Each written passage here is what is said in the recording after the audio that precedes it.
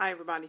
You know, for the last few days, it's just been coming different ways, dealing with hurt, overcoming hurt, healing from hurt in relationships, so one way or another. And so I just thought I'd just kind of continue to go there and just talk for real quick, just a second. You know, when someone hurts us, our emotions and our mind and our heart kind of looks like this. It's just kind of like out of control. We're just kind of like, what happened? I don't understand.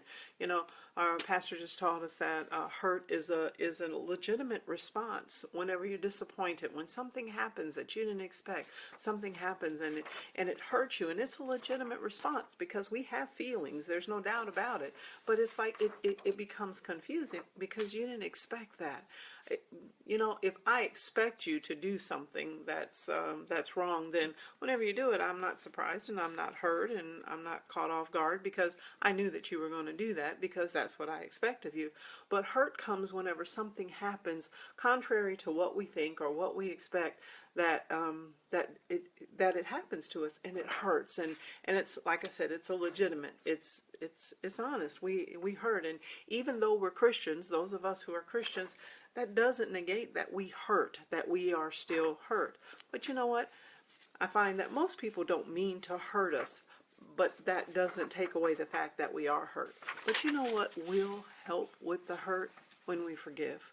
When we honestly and legitimately forgive, it will turn this scatter, this bottled up ball of feelings and hurt and resentment, it will turn this into this.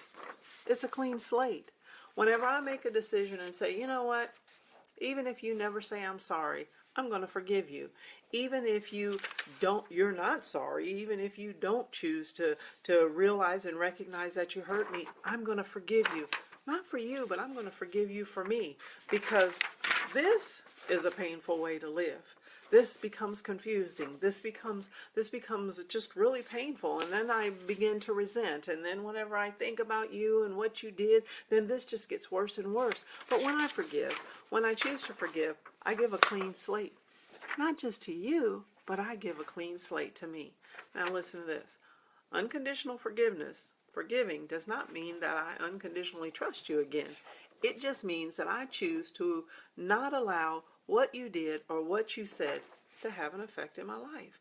I choose not to walk around holding you by the throat like this, expecting God to fill my already filled hand. See, if I'm holding you by the throat, then my hand is occupied and God can't put anything in it.